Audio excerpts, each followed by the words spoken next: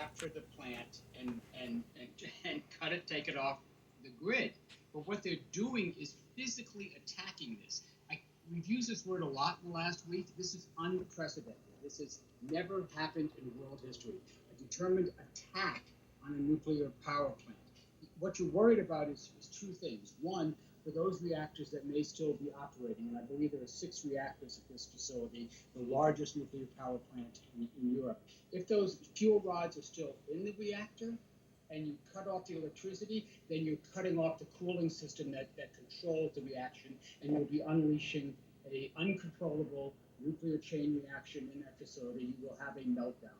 You will have a Chernobyl. You will have a Fukushima. That's what you're talking about. But even for those reactors that are already shut down, the fuel has been removed and put into a cooling pond, those cooling ponds have to be filled with water. If you're cutting off the plumbing, if you're cutting off the electricity, you face the risk of those pools draining of the water, and again, an uncontrolled nuclear chain reaction that could lead to an explosion that would release plumes of radioactivity for hundreds of square kilometers. No, I should point out, we do not, there's so much we don't know. We do not know if they are actually attacking the plant, trying to physically damage the plant, which, as you say, would be incredibly alarming, or just trying to take over the physical location, and that there is gunfire and potential shelling around the plant. It does, I don't know if that's a difference that matters at all to you. No, that's right. If it's a controlled attack that's trying to knock out the guards, overcome the security protecting the plant. But I'm looking at this video like you are, and this does not seem like a very controlled attack.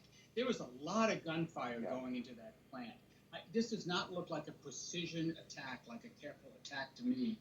Again, the risks of this kind of attack, the risks of what could happen to any nuclear power plant, and this, the largest in Europe, is off the charts.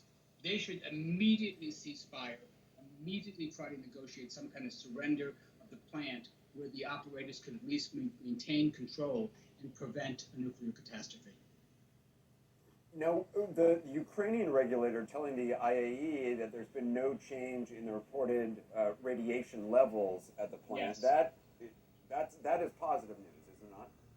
Yes, it is. And there's various sites that track radioactive release, and you can find them on Twitter or Facebook. Social media is amazing in situations like this. And so far, there's no elevated radiation coming from that area. So that's the good news. Nothing terrible has happened yet. Joe Cirincione, I really appreciate your expertise.